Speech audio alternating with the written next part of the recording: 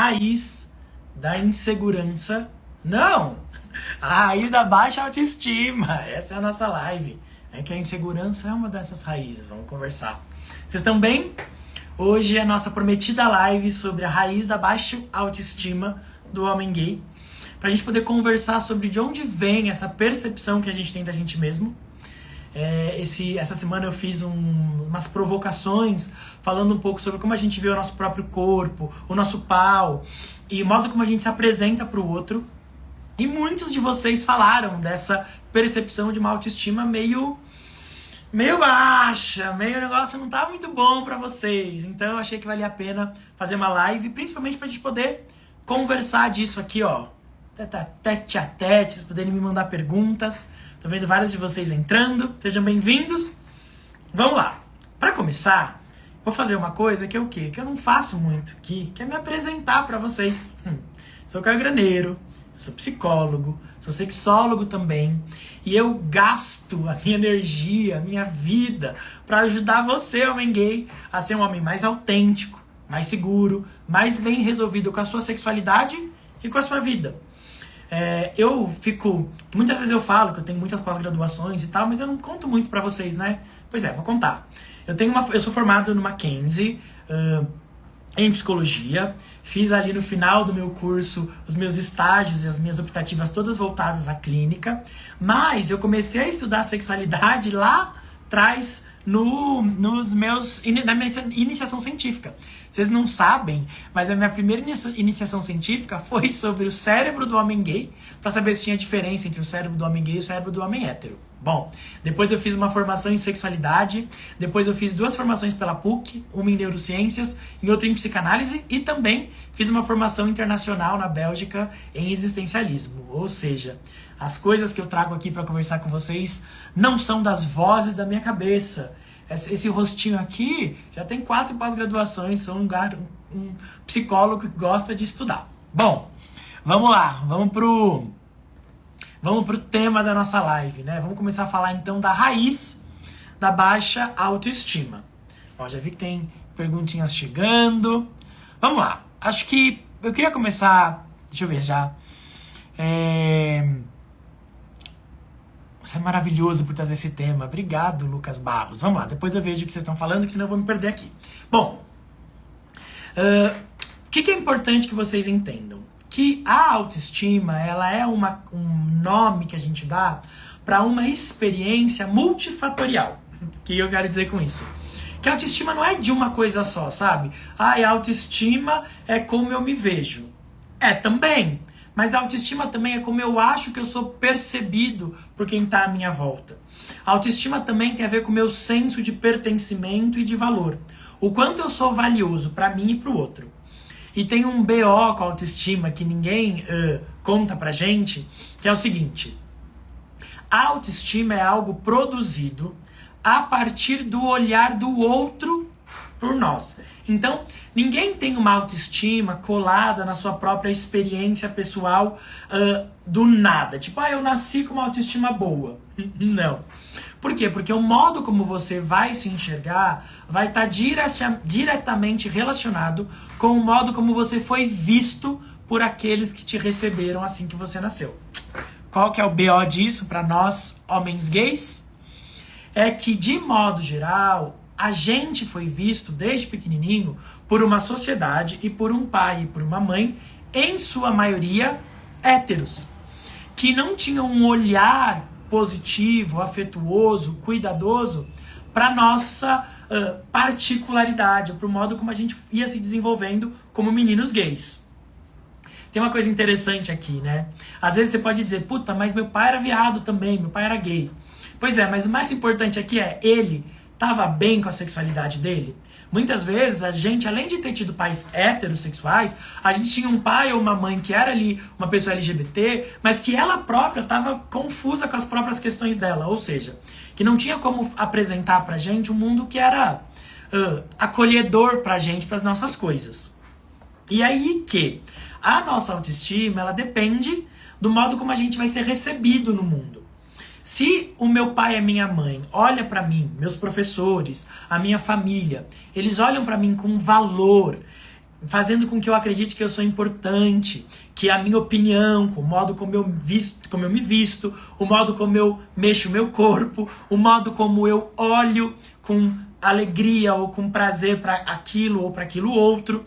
Se as pessoas que estão à minha volta veem tudo isso como bom, como algo positivo, como algo de valor, a minha experiência de mim vai sendo aumentada de valor, a minha experiência de valor a respeito de mim mesmo. Só que o que acontece? Sei lá, tinha os seus 4, 5 anos de idade. E aí, você começa a gostar da Sandy Júnior. Não sei que idade vocês têm, né? Mas pode ser outra coisa. Você gostava das Chiquititas, você gostava do Backstreet Boys, você gostava da Madonna, sei lá. Adeque aí a sua realidade. E aí, teu pai ou tua mãe via aquilo e pensava, não, esse menino não pode gostar disso, não. Olha o que ele tá te ensinando. Que o seu gosto, por exemplo, aqui um gosto musical, era errado. Não era legal. Não podia. E aí você pensa, nossa, eu não posso gostar da música... Tô mexendo aqui. Eu não posso gostar da música como eu gosto. Mas aí não é só a música. Aí vão pensar que você era um menino que queria colocar uma roupa mais divertida, colorida. E o teu pai, a tua mãe, a tua professora dizia pra você, não, essa roupa não pode. Essa roupa é de menina. Nossa, então, além do meu gosto tá errado por música, o jeito que eu quero me vestir também tá errado. E aí você é pequenininho, dá a mão para um amiguinho na escola. E a professora fala, não pode, menino tem que gostar de menina. Ixi, então também o meu afeto tá errado. O jeito que eu... O que vai chegando no final? Uma experiência de que não é a sua música que você gosta que tá errada. Não é a roupa que você quer vestir que tá errada. Não é gostar do Sandy Júnior que tá errado. Não é andar de mão dada com meu amiguinho tá errado. É você, na sua identidade, naquilo que você é, que é sentido como errado. Percebe onde eu vou? Onde a gente vai chegando? Bom, eu falei aqui dessas coisas, mas tem outros exemplos. Por exemplo, eu sou uma pessoa que mexe muito com as minhas mãos. E eu lembro de um dia que um pastor da igreja disse pra mim, Caio, você precisa segurar as tuas mãos. Não dá pra você se mexer tanto assim. Não pega bem. Ele queria dizer que eu parecia viado, né? Ele não podia. Esse não pega bem não pega bem o modo como eu sou eu. E isso vai causando um marco na nossa autoestima. Vai causando uma experiência da gente mesmo de que a gente, pra ser bom, não pode ser quem a gente é. Deixa eu ver o que vocês estão falando. Engraçado de perceber que é só sobre a percepção alheia. É que chega um ponto que a gente se empenha em atender a expectativa alheia. Chegamos às vezes a atendê-las e mesmo assim sendo suficiente. Legal, Thales, essa sua fala é ótima pra gente pensar uma coisa. No começo, tem a ver só com o olhar do outro. Por quê? Porque a gente é uma criança. A gente precisa de alguém pra nos contar como é o mundo. Quando a gente vai pensar numa experiência de self, de eu, como que o eu é formado? Primeiro, eu aprendo a dizer, sei lá, eu gosto de banana. Aí depois eu aprendo a dizer, e aí, né, eu gosto de banana. Opa, quando eu digo assim, eu quero banana, por exemplo, e aí vem a banana. Eu não sei o que é eu, o que é quero, o que é banana. Eu sei que eu quero banana faz produzir banana. Daqui a pouco eu aprendo eu quero. Então eu aprendo quando eu falo eu quero, pode ser banana, pode ser água, pode ser, sei lá, eu quero carinho. E por último, eu aprendo eu. A minha experiência de eu é a última coisa que se forma no processo de desenvolvimento. E ela vai depender de uma grande validação externa. No começo, como eu disse. Então, por exemplo, quer ver uma coisa simples que a gente não percebe, mas que afeta o modo como a gente se vê?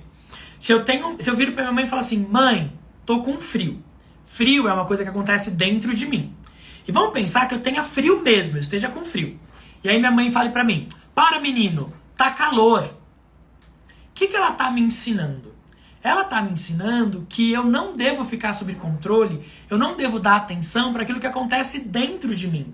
Que eu não devo observar o que acontece dentro. Ela que sabe o que, se tá frio ou se não tá. De alguma forma, eu tô sendo ensinada a me desconectar com o que é interno. É um exemplo tão simples. Agora, claro que esse exemplo, isso só vai ter um afeto grande, uma afetação grande, se essa mãe sistematicamente não me validar. Sei lá, eu vejo um cara mijando na rua e falo, mãe, tem um cara mijando na rua. E aí quando ela olha, não tem mais o cara, ela fala, para de ser mentiroso. De novo, ela tá validando que aquilo que eu vejo não é verdade. Ou seja, eu vou crescendo com uma experiência de mim que é falseada. Como se o que eu visse, como que se eu sentisse, como se aquilo que me desse prazer não tivesse valor. E aí o Tales falou, né? Puxa, mas aí depende totalmente do outro? Não. Por quê? Porque quando a gente cresce, a gente tem a chance de resgatar o nosso senso de valor a partir da gente mesmo. A gente gosta de dizer na psicologia que a gente pode se tornar nosso próprio pai e nossa própria mãe. Mas calma que a gente avançou um monte, né? Bom, aí eu quero chegar então na experiência que a gente estava falando, né? Do pau, de como a gente tem vergonha de se apresentar e tal. E aí tem uma questão importante do homem gay. Deixa eu ver uma coisa aqui. Eu tinha um problema de autoestima, mas comecei a fazer terapia e passei a perceber quem eu realmente era. Acho que a autoestima está relacionada ao autocuidado, porque cuidar de si melhora a autoestima. Exatamente, é verdade. Vou chegar nisso, mas vamos só pra gente falar aqui da questão do pau e tal, pra gente poder chegar nesse final, vai. Quando a gente é um homem gay, a gente foi sistematicamente descredibilizado dos nossos gostos, do nosso valor e tal, a gente vai lá pra nossa experiência do sexo. E a partir do sexo, a gente tem uma grande experiência de valor. Alguém, um cara, um boy, um homem, olha pra gente e nos deseja. E a gente aprende que o nosso pau traz pra gente valor. A gente aprende que a partir do sexo, alguém vai dar carinho pra gente, alguém vai valorizar a gente, alguém vai abraçar a gente. Quantos de nós, homens gays, nunca fomos abraçados por outro homem antes do sexo? Quer dizer, o pai não abraçou, o tio não abraçou, o amigo não abraçou, e aí de repente você transa com alguém e essa pessoa te abraça. Percebe? É por isso que a gente aumenta, a gente exponencializa tanto a importância do nosso pau. Porque a gente vê nele uma possibilidade de encontrar algum senso de valor. De alguém olhar pra gente, dar afeto, falar que a gente é bonito, que a gente é desejado, alguém querer comprar flor pra gente, alguém querer, sei lá, todas as coisas que a gente projeta. E aí, coisas que não deveriam ser muito importantes passam a ser, né? A gente começa a se importar se o nosso pau é grande ou se ele é pequeno, se ele goza muito, se ele goza pouco, se ele é com formato pra direita, pra esquerda, se ele fica reto, se ele fica muito duro. Enfim, a gente passa a se preocupar com várias coisas porque todas essas coisas estão coladas numa experiência de que aquilo vai aumentar a nossa chance de ser gostado, de ser amado, de ser visto com valor. Na verdade, o que a gente quer não é ter um pauzão, não é ter um pau bonito, não é ter um pau que goza muito, que goza pouco, com muito pelo, com pouco pelo. O que a gente quer é ser amado. Mas a gente vê na experiência sexual um caminho para encontrar esse afeto, encontrar esse amor. Muitas vezes a gente se frustra, mas a gente aprende que ali é um caminho. Vocês estão compreendendo, pessoal?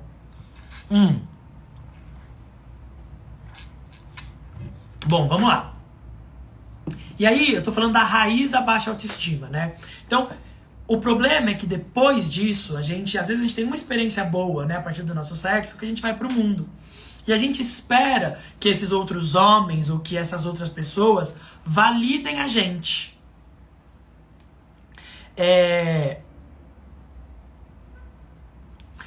Estão pedindo pra deixar a live salva, vou deixar. Validem a gente. Então a gente quer mostrar o nosso pau pra alguém e a gente quer que essa pessoa diga, é bom, é bonito, ele é gostoso, ele é másculo, tá tudo certo com ele. Mas olha só essas falas que eu tô falando, né? Será que a gente quer ouvir isso a respeito realmente do nosso pau ou a respeito de quem a gente é? Vendo as mensagens que vocês me mandaram, eu recebi muitas mensagens. A gente tentou verificar o quantas mensagens foram, mas chegou uma hora que a gente teve que desistir, porque eram muitas. A gente recebeu mais de 300 mensagens de vocês falando do pau e dessa coisa do desejo em relação ao pau.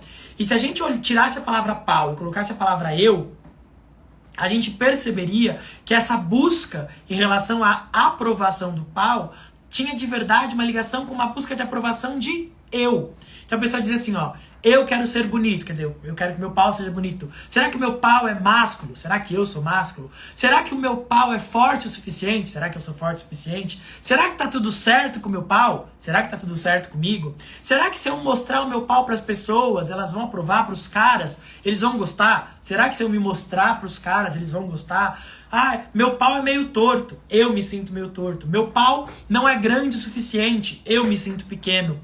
Quando a gente vai olhar para o modo como muitos homens gays falam do pau, a gente percebe que, na verdade, eles estão falando deles mesmos.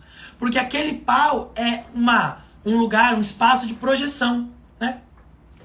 Não importa o tamanho do teu pau se você está bem resolvido com você. Ai, ai.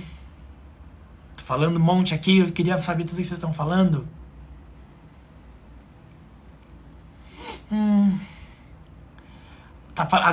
Vamos lá. Eu queria lembrar de vocês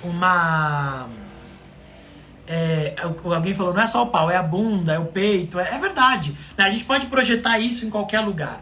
Eu queria trazer uma perspectiva para vocês. Uma vez eu tinha uma paciente que ela não conseguia gozar, ela tinha uma questão com orgasmo. E aí ela saiu com um cara que tinha o pau pequeno e ela começou a me contar. Isso faz muitos anos, sei lá, 10 anos atrás. E eu não era um psicólogo tão experiente como sou hoje, já imaginei que ela ia reclamar e disse pra ela, puxa, ele tinha um pau pequeno? E ela fez, mas ele conseguiu me fazer gozar.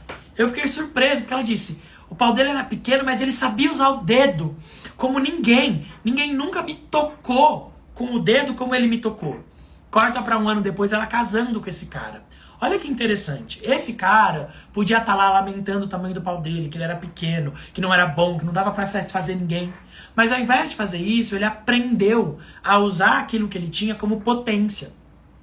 Ele saiu do lugar de rejeição e foi para um lugar de usar aquilo como ferramenta. Bom, meu pau talvez não seja o suficiente para conseguir algo, mas e o meu dedo? E a minha língua? Puxa, eu não consigo ter 150 centímetros de pau para penetrar o cara e chegar até a nuca dele. Mas o que eu posso fazer com o meu dedo, com a minha língua, com o meu toque, com o meu afeto? Quando a gente descobre que não é o nosso pau, mas quem a gente é como um todo, a gente descobre que é curando a nossa autoestima, que é resgatando o nosso senso de valor, que a gente vai poder usar o nosso corpo todo como ferramenta de prazer. E aí, deixa de ser importante se o pau é para a direita, para a esquerda, se ele é circuncidado ou não, se ele tem muita pele ou não, porque o que importa é o todo. A gente descobre que a nossa pele inteira pode ser um órgão de prazer. Mas para isso, a gente precisa se conectar com a nossa experiência de uma autoestima curada. A gente precisa ir para um lugar de autenticidade. A gente precisa ter coragem de tirar as nossas máscaras e falar do que realmente importa. Quantos de nós, a gente vai para o encontro querendo que aquela pessoa veja uma versão da gente feliz, bem resolvida, quando na verdade a gente tem fragilidades que talvez o outro também tenha e a gente poderia se conectar a partir dessas fragilidades. Eu quero contar pra vocês que nos próximos dias eu vou contar uma coisa pra vocês, uma novidade que vai ser incrível, muito legal, eu não posso contar ainda, mas que é justamente algo que eu tenho pensado muito, como eu posso contribuir pra ajudar vocês a fazer esse resgate. Eu tô cansado de receber mensagem de vocês dizendo que se sentem mal com aquilo que vocês são. E se a gente não se sentir bem com aquilo que a gente é, como que a gente vai se conectar com o outro a partir de um lugar de valor? Como que eu vou ser visto pelo outro como bonito, como gostoso, como potente, se eu mesmo não me vejo assim? Percebe? Bom, deixa eu ver um pouquinho o que vocês estão falando, porque já falei demais. Caio maravilhoso. Guto, você que é maravilhoso. Só passando pra dizer que seu trabalho ajuda muito. Aliás, você é um gato. Obrigado. Sobre baixa autoestima, meu perfil no Grindr já vem escrito: não sou bonito, sou fotogênico. É diferente. Mas olha que interessante. Eu não sei se eu colocaria lá no Grindr não sou bonito. Porque que em você não é bonito? Você inteiro não é bonito? Talvez você precise descobrir que você é bonito sim. Talvez você não seja padrão. Mas o único modo de ser bonito é ser padrão, sabe? Isso que eu tenho medo de contar pra minha mãe que sou gay. Essa não é a live que a gente vai falar de sair do armário. Mas fica de olho aqui no meu Instagram, que nos próximos dias eu vou falar muito desse processo de autoestima, de autoaceitação e principalmente de autenticidade. A gente vai falar disso. Se você sabe usar mais do que só o pau, deve ser bom na cama mesmo. É verdade. Sempre tive dificuldade de conhecer pessoas além do app e boate. Nada contra, mas não são os melhores locais. Eu concordo. Muitas vezes a gente não consegue se apresentar. Alguém falou, vai dar cãibra na língua igual a Jojo. Cara, eu não sei se vai dar cãibra, mas a gente precisa usar tudo que a gente tem, né? Inclusive a nossa língua. Bom,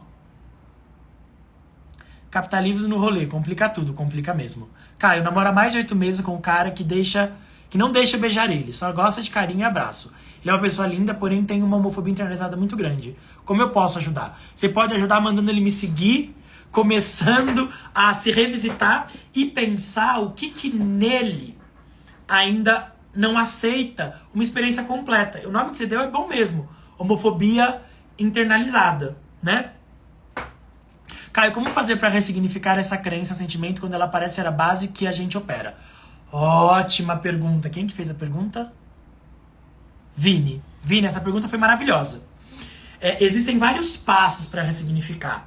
Nos próximos dias desse projeto que eu tô falando para você, a gente vai discutir muito aqui no Instagram. Mas para não deixar vocês sem nada, eu acho que essa live ela já faz parte desse processo. Porque, olha, quando eu entendo que o jeito que eu me vejo não é algo natural, não é algo que brotou do nada.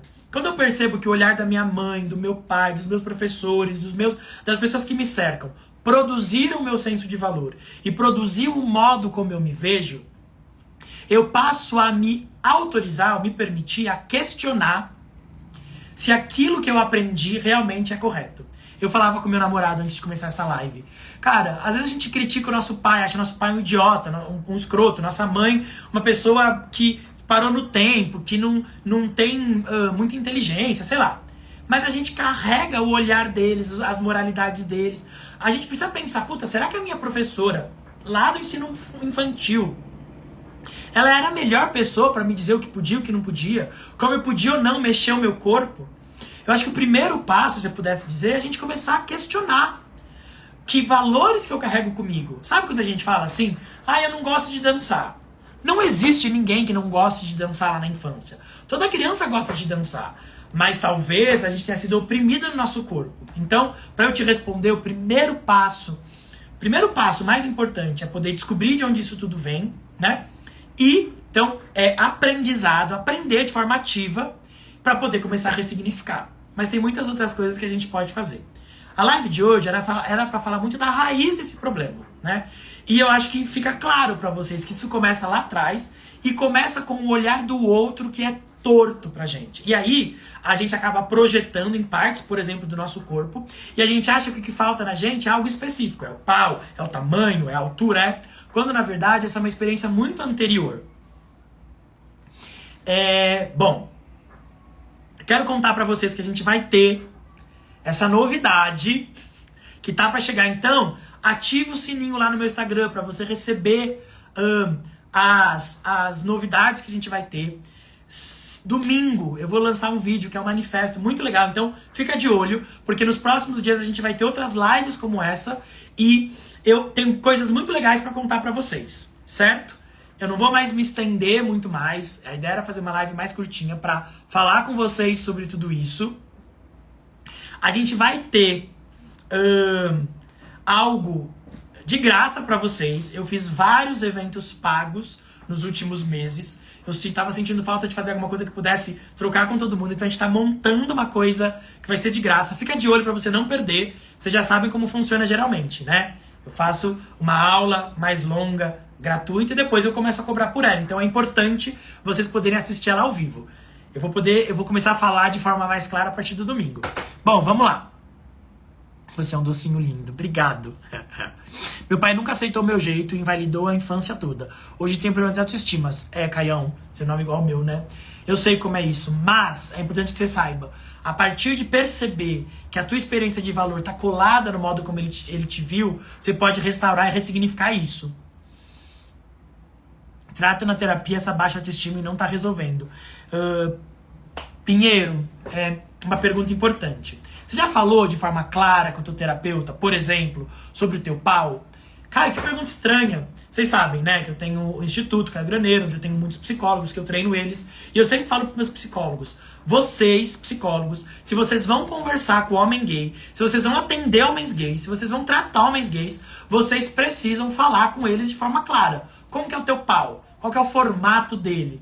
Qual que é o tamanho? Você gosta, você não gosta? Por quê? Porque às vezes a gente tá falando na nossa terapia de coisas mais superficiais. Quando a gente começa a falar da nossa vergonha, de que a gente quer dar o cu, mas não consegue, que a gente tem vergonha do nosso pau, que a gente fez uma cirurgia de fimose e agora tem uma cicatriz, que a gente começa a falar de forma projetiva de experiências muito anteriores. O sexo, ele conta para um psicólogo bem treinado sobre quais foram as experiências infantis daquela pessoa. Por isso que talvez você tenha fazendo terapia e não tá melhorando, porque você não tem um terapeuta que consiga conhecer da particularidade do homem gay e falar com você claramente dessas coisas. É importante ter um terapeuta que entenda dessas questões de verdade. Bom, pessoal, é isso. Eu queria ficar aqui lendo as coisas que vocês estão falando desde sempre. Eu não posso ficar muito mais. Hoje é aniversário da minha irmã, ainda tenho que ir pro aniversário dela, mas eu não queria não fazer essa live com vocês. Eu vou deixar essa live gravada, vou ler os comentários que vocês fizerem. Se fez sentido pra você, compartilha com os teus amigos. Vou fazer outras lives, vou fazer outros conteúdos pautado nisso, porque eu vi que são várias questões pra vocês. Ajuda a compartilhar e fica de olho que vem coisa muito boa por aí. Nos próximos dias vou ter novidade incrível pra ajudar vocês. Muito bom, obrigado por quem ficou até aqui. E vou deixar a live gravada, tá? Tá bom? Manda beijo aí pra mim. Beijo pra vocês. Vejo vocês na próxima. Até mais.